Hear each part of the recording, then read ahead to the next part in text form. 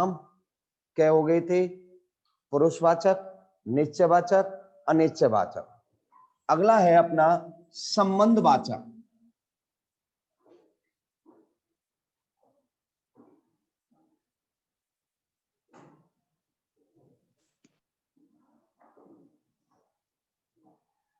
ऐसे सर्वनाम शब्द जो किसी व्यक्ति या वस्तु की ऐसे सर्वनाम शब्द जो किसी व्यक्ति या वस्तु से अपना संबंध प्रकट करते हैं। ऐसे सर्वनाम शब्द जो किसी व्यक्ति या वस्तु से अपना संबंध प्रकट करते हैं उसे संबंधवाचक सर्वनाम कहते हैं। ऐसे सर्वनाम शब्द जो किसी व्यक्ति या वस्तु से अपना संबंध प्रकट करते हैं उसे संबंधवाचक सर्वनाम कहते हैं।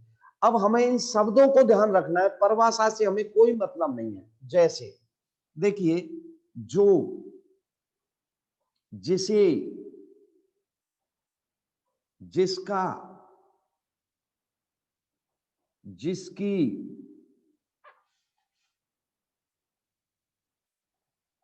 जिन्हें, जितना, उतना आदि। जो, जिसे, जिसका, जिसकी, जिन्हें, जितना, उतना, ये कौन सी सर्वनाम शब्द है? संबंधवाचक। जैसे हमने कहा, जैसे, जिसकी लाठी उसकी भैंस।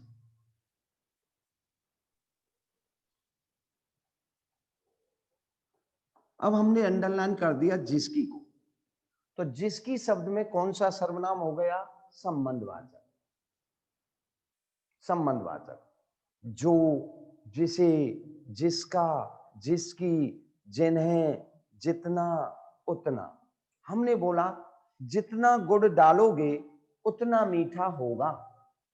जितना गुड़ डालोगे उतना मीठा होगा। और भी सुनिए, उमा रमेश की बड़ी बहन है जो आदर्श नगर जयपुर में रहती है। जो, संबंधवाचक। तो ध्यान रखना, जो, जिसे, जिसका, जिसकी, जिन्हें, जितना, उतना, कौन से सर्वनाम शब्द है? ये संबंधवाचक।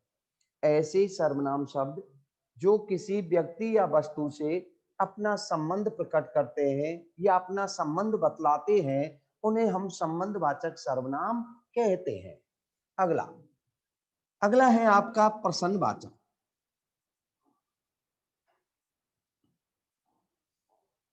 प्रसन्नवाचक। देखिए बेटा, ऐसे सर्वनाम शब्द जो किसी व्यक्ति या वस्तु से प्रसन्न का बोध कराते हैं। किसका बोध कराते हैं? प्रसन्न का। उसे हम प्रसन्नवाचक सर्वनाम कहते हैं। ऐसे सर्वनाम शब्द जो किसी व्यक्ति या वस्तु से प्रसन्न का बोध कराते हैं उसे हम प्रसन्नवाचक सर्वनाम कहते हैं। जैसे हमने लिखा, कौन कौन से शब्द हैं? कौन, क्या, कब, कहां, कैसे आदि। कौन, क्या, कब, कहां, कैसे। कौन, क्या, कब, कहां, कैसे, कौन से सर्वनाम शब्द हैं? ये प्रसन्नवाचक। जैसे हमने कहा, कल तुम्हारे पिताजी क्या लाए थे। कल तुम्हारे पिताजी क्या लाए थे, तो आपके ऊपर प्रसन्न का बोध हो रहा है, तो क्या जो शब्द है वो प्रसन्नवाचक सर्वनाम है। तो कौन, क्या, कब, कहां, कैसे, ये कौन से सर्वनाम शब्द हो गए? प्रसन्नवाचक। अब आप अगला है आपका अंतिम सर्वनाम, निजवाचक सर्वनाम। निजवाचक। निजवाचक सर्वनाम। देखिए बेटा, ऐसे सर्वनाम शब्द जो स्वयं के लिए प्रयुक्त होते हैं, खुद के लिए प्रयुक्त होते हैं, उसे निजवाचक सर्वनाम कहते हैं। ऐसे सर्वनाम शब्द जो स्वयं के लिए प्रयुक्त होते हैं, खुद के लिए प्रयुक्त होते हैं, उसे हम निजवाचक सर्वनाम कहते हैं। शब्द देखिए, अपने आप, खुद, स्वयं, आदि। अपने आप, खुद, स्वयं, ये कौन सी सर्वनाम शब्द हैं? निजवाचक। तो मैंने आपको सर्वनाम के बारे में परिचय दिया है। सर्वनाम के 6 भेद होते हैं: पुरुषवाचक, निश्चयवाचक, अनिश्चयवाचक, संबंधवाचक, पर्सनवाचक, निजवाचक। पुरुषवाचक के अंतर्गत मैंने आपको बताया था, तीन पुरुषवाचक के 3 भेद होते हैं: उत्तम पुरुष, मध्यम पुरुष, अन्य पुरुष। उत्तम पुरुष के जो मैंने शब्द बोले, मैं, हमें, मुझे, अपना, अपनी, आदि। मध्यम पुरुष में तो, तेरा, तुम्हारा, तुम्हारी, आपका, आपकी, आप, आदि। अन्य पुरुष में यह, वह, ये, वे। फिर था निश्चयवाचक। ऐसे सर्वनाम शब्द जो किसी व्यक्ति या वस्तु की निश्चितता प्रकट करते हैं। यह, वह, ये, वे। अगर वस्तु निश्चित होती है तो निश्चयवाचक होगा। अगर तीसरे के बारे में बात हो रही है, अन्य के बारे में बात हो रही है, तो वह अन्य पुरुष होगा। अगला था अनिश्चयवाचक। ऐसे सर्वनाम शब्द जो किसी व्यक्ति या वस्तु की निश्चितता प्रकट नहीं करते हैं। कोई, कुछ, किसी। 3 शब्द बताए मैंने: कोई, कुछ, किसी। ये अनिश्चयवाचक सर्वनाम शब्द है। संबंधवाचक, जो, जिसे, जिसका, जिसकी, जिन्हें, जितना, उतना। प्रश्नवाचक, कौन, क्या, कब, कहां, कैसे। निजवाचक, अपने आप, खुद, स्वयं, आदि। अब हम पढ़ेंगे सर्वनाम पद परिचय बनाने के नियम। सर्वनाम पद परिचय बनाने के नियम देखिए।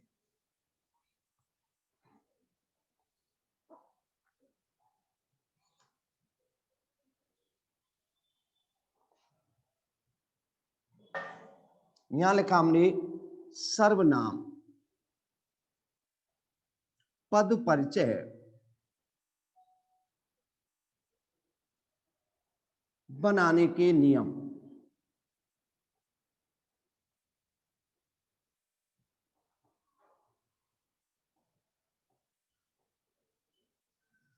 नंबर 1, सर्वनाम का भेद।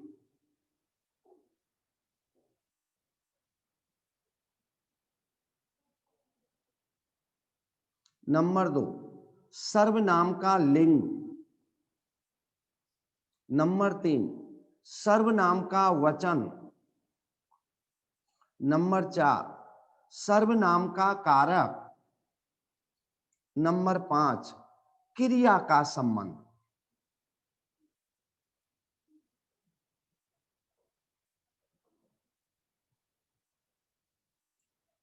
देखिए बेटा, सर्वनाम के 6 भेद है: पुरुषवाचक, निश्चयवाचक, अनिश्चयवाचक, संबंधवाचक, पर्सनवाचक, निजवाचक।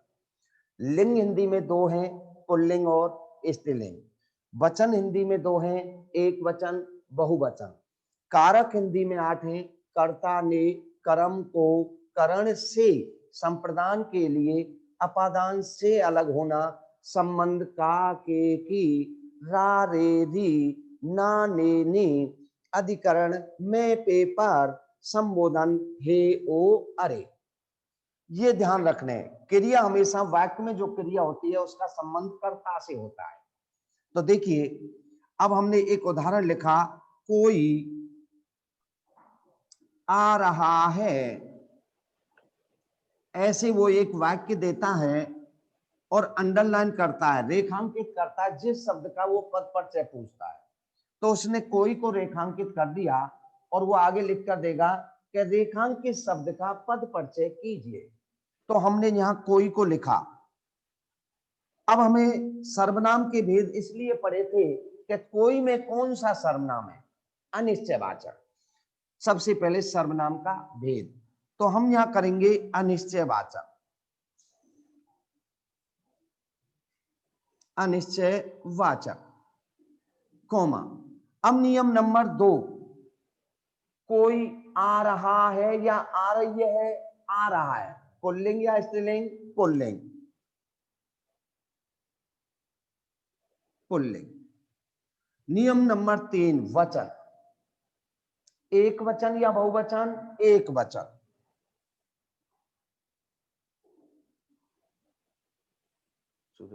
ज्यादा कहिए फोन आ रहा, देखो भाग जाए फोन, ये क्लास ले। क्या नाम है? रवि का। एक वचन, ठीक है। अब है चौथा नियम, कारक। देखिए यहाँ इस वाक्य में कोई को रेखांकित किया है, कर्ता भी कोई है, तो कारक हो जाएगा कर्ता कारक। अब देखिए इस वाक्य में क्रिया क्या है बेटा, आ रहा। या तो आप लिख दो इसकी क्रिया आ रहा, या लिखो आप आ रहा क्रिया का कर्ता, आ रहा क्रिया का कर्ता। ये आपका पद परिचय हो गया। इस तरह से आप पद परिचय करेंगे। तो ये हो गए आपके सर्वनाम पद परिचय बनाने के नियम।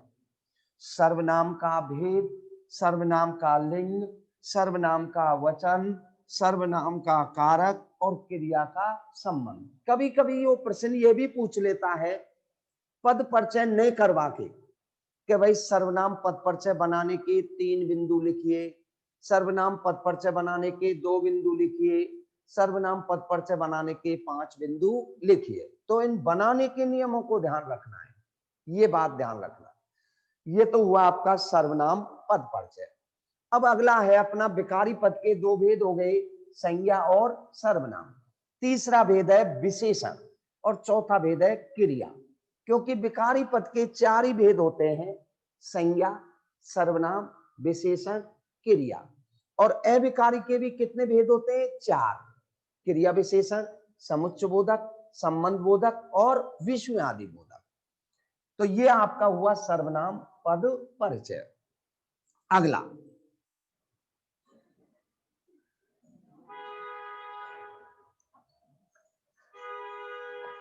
अब विशेषण पद परिचय।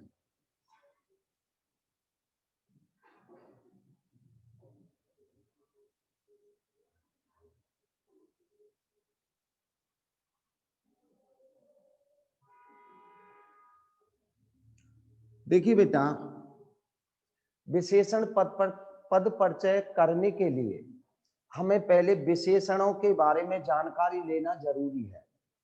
क्योंकि अगर हम विशेषणों के बारे में पहचान नहीं करेंगे तो हम पद परिचय नहीं कर सकते। तो सबसे पहले देखिए विशेषण, संज्ञा या सर्वनाम की विशेषता बताने वाले शब्दों को विशेषण कहते हैं। संज्ञा या सर्वनाम की विशेषता बताने वाले शब्दों को विशेषण कहते हैं। विशेषण के वैसे 5 भी भेद होते हैं और 4 भी होते हैं। तो हमने लिया विशेषण के भेद।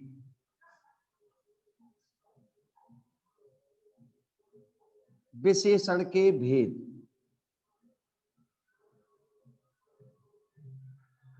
देखिए बेटा, सबसे पहला भेद है गुणवाचक। गुणवाचक सबसे पहला कौन सा भेद है, गुणवाचक। हमने परिभाषा पढ़ी, संज्ञा या सर्वनाम शब्दों की विशेषता बताने वाले शब्दों को विशेषण कहते हैं। विशेषण के भेद, गुणवाचक, संख्यावाचक,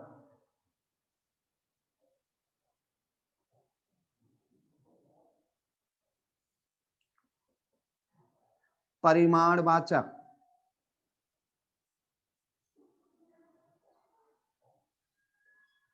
संकेतवाचक।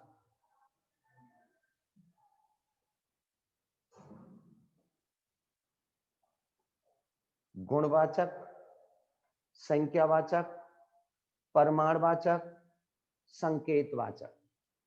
सबसे ये विशेषण के भेद हो गए, गुणवाचक, संख्यावाचक, परिमाणवाचक, संकेतवाचक। सबसे पहले हम कौन सा भेद पढ़ेंगे? गुणवाचक। सुनिए बेटा, कौन सा बेटा? गुणवाचक। ऐसे विशेषण शब्द या ऐसे शब्द जो संज्ञा या सर्वनाम शब्दों की, ऐसे शब्द जो संज्ञा या सर्वनाम शब्दों की, ऐसे शब्द जो संज्ञा या सर्वनाम शब्दों के रंग, रूप, आकार, अवस्था, रंग, रूप, आकार, अवस्था, रंग, रूप, आकार, अवस्था की विशेषता बताने वाले शब्दों को गुणवाचक विशेषण कहते हैं। सुन लेना, फिर सुन लेना। ऐसे शब्द जो संज्ञा या सर्वनाम शब्दों के रंग, रूप, आकार, अवस्था, रंग, रूप, आकार, अवस्था,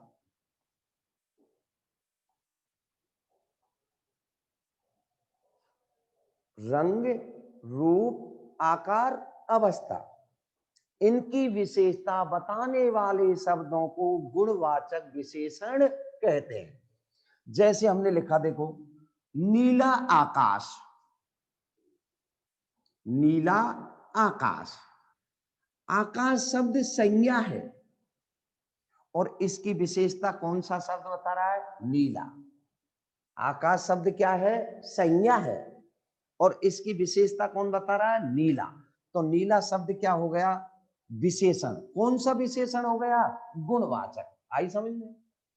अब मैं इनके उदाहरण फिर सुन लीजिए।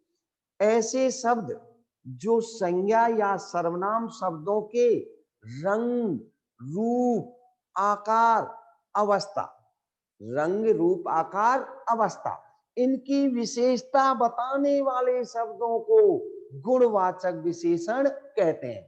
जैसे मैंने उदाहरण लिया, खट्टा, मीठा, काला, पीला, श्रेष्ठ, उच्च, कठोर, मुलायम, स्वस्थ, बीमार, ठंडा, गर्म। ये कौन से विशेषण शब्द बोल रहा हूं मैं? गुणवाचक। नीला, काला, पीला, कठोर, मुलायम, ठंडा, गर्म, स्वस्थ, बीमार, ये कौन से विशेषण शब्द बोल रहा हूं मैं? गुणवाचक। कायर, वीर। समझ गए बेटा? अगला अगला है आपका संख्यावाचक। कौन सा है? संख्यावाचक। सुनिए मेरी बात ध्यान। अगला विशेषण शब्द है आपका संख्यावाचक। सुनिए इसके बारे में कि ऐसे शब्द जो संज्ञा या सर्वनाम शब्दों की संख्याओं की विशेषता बतलाते हैं। ऐसे विशेषण शब्द जो संज्ञा या सर्वनाम शब्दों की संख्याओं की विशेषता बतलाते हैं, उन्हें संख्यावाचक विशेषण कहते हैं। ऐसे विशेषण शब्द जो संज्ञा या सर्वनाम शब्दों की संख्याओं की विशेषता बतलाते हैं, उसे संख्यावाचक विशेषण कहते हैं। इसके दो भेद होते हैं बेटा, सुन लीजिए। एक तो होता है निश्चित संख्यावाचक,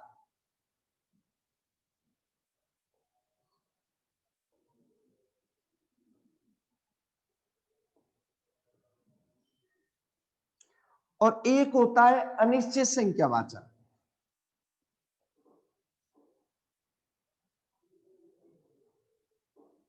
अनिश्चित संख्यावाचक,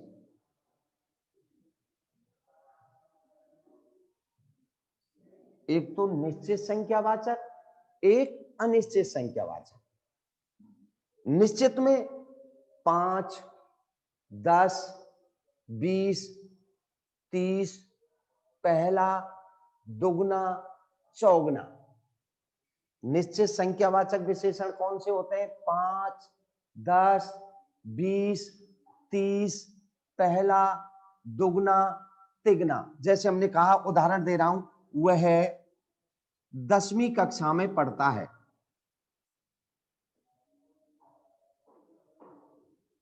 वह 10वीं कक्षा में पढ़ता है।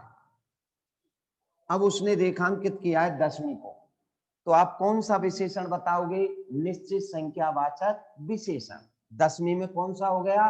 निश्चित संख्यावाचक विशेषण।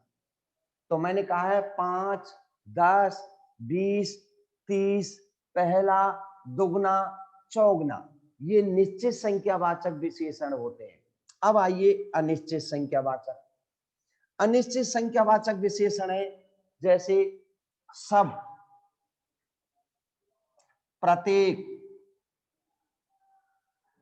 अनेक, सभी,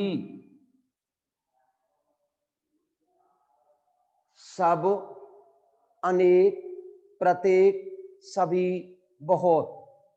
ये कौन से? अनिश्चित संख्यावाचक। सब, प्रत्येक, अनेक, सभी, बहुत। जैसे हमने उदाहरण दिया, सब बच्चे दौड़ रहे हैं। यहां सबको अंडरलाइन किया, तो ये हो गया अनिश्चित संख्यावाचक विशेषण। अनिश्चित संख्यावाचक विशेषण। तो संख्यावाचक के कितने भेद हो गए? 2, निश्चित संख्यावाचक और अनिश्चित संख्यावाचक। निश्चित में 5, 10, 20, 30, पहला, दुगना, तिगना। अनिश्चित में सब, प्रत्येक, अनेक, सभी, बहुत। आई समझ में बात? अब अपना तीसरा है परिमाणवाचक विशेषण। परिमाण एक तो होता है परिणाम। परिणाम का अर्थ होता है नतीजा, नतीजा। और एक होता है परिमाण। परिमाण का अर्थ होता है मापना या तोलना, मापना या तोलना। तो हमारा जो तीसरा विशेषण है वह है परिमाणवाचक विशेषण।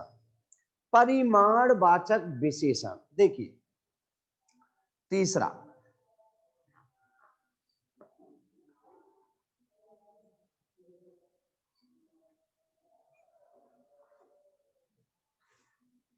परिमाणवाचक विशेषण।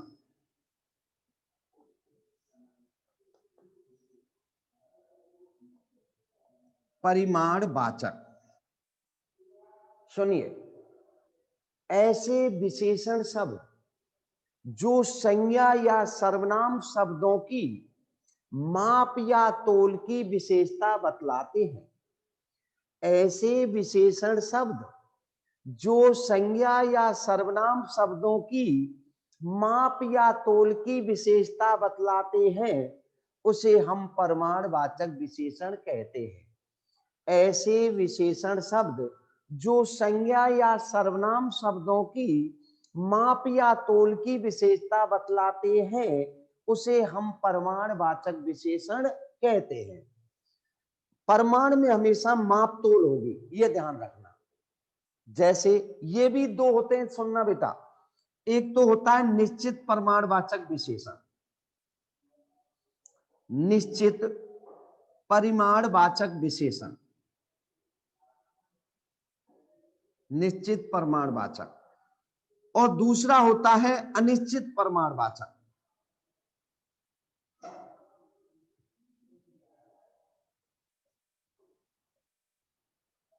वाचक।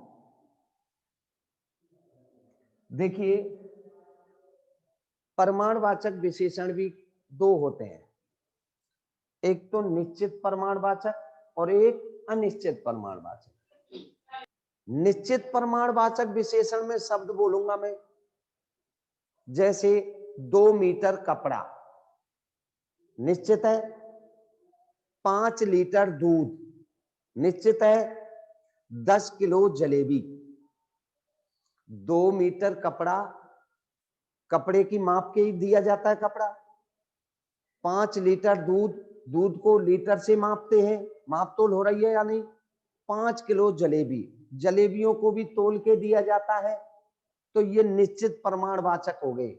3 मीटर कपड़ा, 5 मीटर वो 3 मीटर कपड़ा, 5 किलो जलेबी, समझ लो, 10 लीटर दूध, ये कौन से विशेषण है? निश्चित प्रमाणवाचक विशेषण। अब आइए अनिश्चित प्रमाणवाचक विशेषण। अनिश्चित प्रमाणवाचक विशेषण है जैसे थोड़ा सा, जरा सा, ढेर सारा। गांव में कहते नहीं भाई थोड़ी सी चटनी डालिए, जरा सा पानी लाइए, थोड़ा सा, जरा सा, ढेर सारा। थोड़ा सा, जरा सा, ढेर सारा, ये कौन से प्रमाणवाचक विशेषण है? अनिश्चित प्रमाणवाचक। जैसे मैंने कहा थोड़ी सी चटनी चाहिए, थोड़ी सी शब्द में कौन सा विशेषण हो गया? अनिश्चित प्रमाणवाचक विशेषण।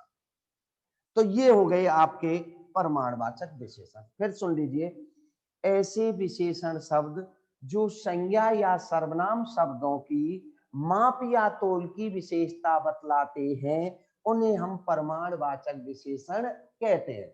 इसके दो भेद होते हैं। निश्चित प्रमाणवाचक, निश्चित में 5 लीटर दूध, 3 मीटर कपड़ा, 10 लीटर पानी, ये निश्चित है। 5 किलो जलेबी, और अनिश्चित में थोड़ा सा, ढेर सारा, जरा सा, ये अनिश्चित प्रमाणवाचक विशेषण है। अब आपका चौथा बचा है संकेतवाचक विशेषण। संकेतवाचक विशेषण सुनिए,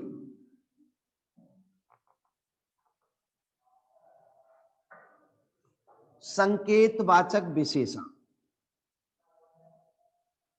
पिता इस पर क्या लिखा रहा है देखना दीपक।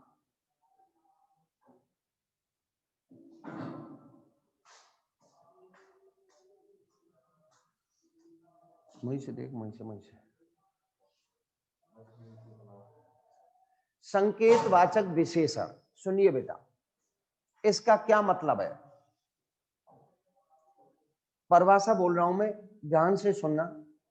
ऐसे सर्वनाम शब्द, ऐसे सर्वनाम शब्द जो संज्ञा की ओर संकेत करते हैं। किसकी ओर? संज्ञा की ओर। ऐसे सर्वनाम शब्द जो संज्ञा की ओर संकेत करते हैं, उसे हम संकेतवाचक विशेषण कहते हैं। संकेत का अर्थ क्या होता है? इशारा।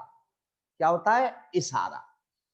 ऐसे सर्वनाम शब्द जो संज्ञा की ओर संकेत करते हैं। किसकी ओर? संज्ञा की ओर, उसे हम संकेतवाचक विशेषण कहते हैं। जैसे हमने लिखा उस, उदाहरण देखिए, जैसे उस फल को मत काटो,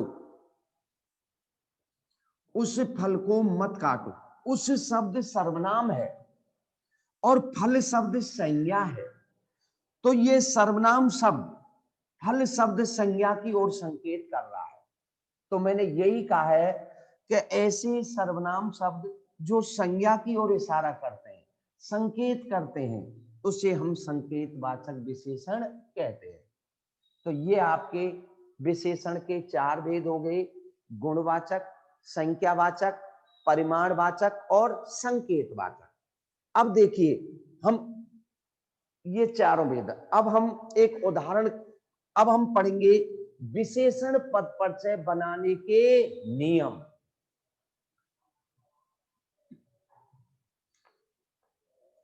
विशेषण पद परिचय बनाने के नियम देखिए बेटा,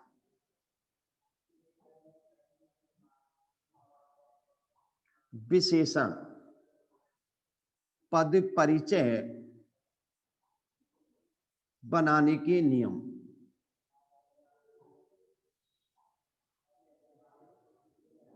नियम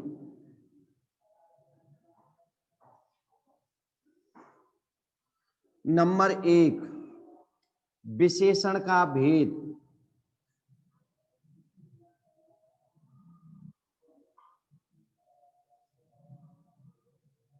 भेद। नंबर 2, विशेषण का लिंग। नंबर 3, विशेषण का वचन। नंबर 4, विशेषण का विशेष। विशेषण का विशेष्य,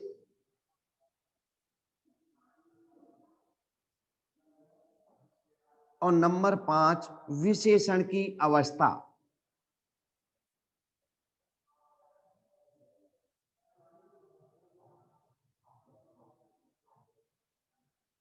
ये विशेषण पद परिचय बनाने के 5 नियम हैं। विशेषण का भेद, विशेषण का लिंग, विशेषण का वचन, विशेषण का विशेष्य और विशेषण की अवस्था। विशेषण की 3 अवस्थाएं होती हैं, उत्तरावस्था, उत्तमावस्था, मूलावस्था। उत्तरावस्था, उत्तमावस्था, मूलावस्था। विशेषण का भेद, विशेषण का लिंग, विशेषण का वचन, विशेषण का विशेष और विशेषण की अवस्था। अब हम आपको बताएंगे विशेषण का विशेष कौन सा होता है। सुनिए, हमने लिखा वीर पुरुष, यहां देखना बेटा, वीर पुरुष।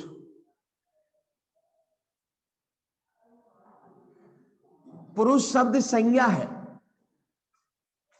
इसकी विशेषता वीर शब्द बता रहा है। टाइम नहीं हुआ ना। पुरुष शब्द संज्ञा है, इसकी विशेषता वीर शब्द बता रहा है। सुनना मेरी बात का, देख लेना बेटा अंकित। तो विशेषण की विशेषता वीर बता रहा है, तो वीर हो गया विशेषण, और विशेषण से जो अगला शब्द होता है संज्ञा, वही विशेषण का विशेष होता है। विशेषण से जो अगला शब्द संज्ञा होता है, वही विशेषण का क्या होता है, विशेष। समझ गए मेरी बात। अब हम एक उदाहरण में पद परिचय करेंगे। उनके देख टाइम तो नहीं, देख बेटा इसको, ऊपर चिन्ह आ गया, ये वहीं से देख ले, साइड में से।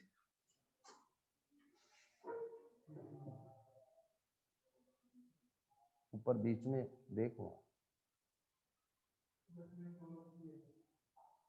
है क्या है। ठीक है बेटा, यहां देखिए क्या दिया मैंने। ये पद परिचय बनाने के नियम हो गए, विशेषण का भेद, विशेषण का लिंग, विशेषण का वचन, विशेषण का विशेष, विशेषण की अवस्था। तो मैंने अभी आपको समझाया विशेषण की 3 अवस्थाएं होती है, उत्तरावस्था, उत्तमावस्था, मूलावस्था। विशेषण का विशेष क्या होता है कि जो अभी मैंने आपको बताया, जो संज्ञा शब्द होता है जो ही विशेषण का विशेष होता है। जैसे हम यहां बताएंगे, देखो अब हमने लिखा एक जैसे उदाहरण, उस व्यक्ति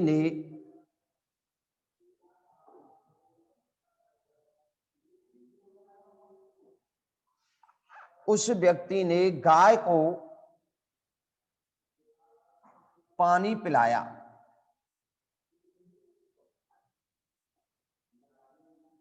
अब हमने उसको रेखांकित कर दिया।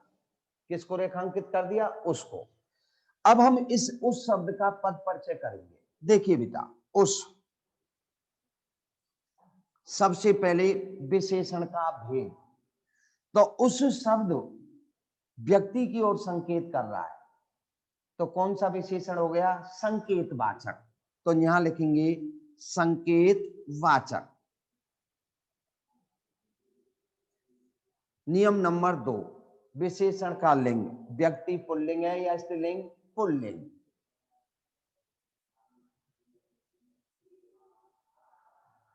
नियम नंबर 3, वचन, उस व्यक्ति ने, एक वचन। नियम नंबर 4, विशेषण का विशेष, तो उस शब्द विशेषण है और व्यक्ति शब्द संज्ञा है। जो रेखांकित शब्द होता है उससे अगला शब्द ही विशेषण का विशेष होता है। जो रेखांकित शब्द होता है उससे अगला शब्द ही विशेषण का विशेष होता है। तो यहां लिख देंगे इसका विशेष व्यक्ति, इसका विशेष व्यक्ति।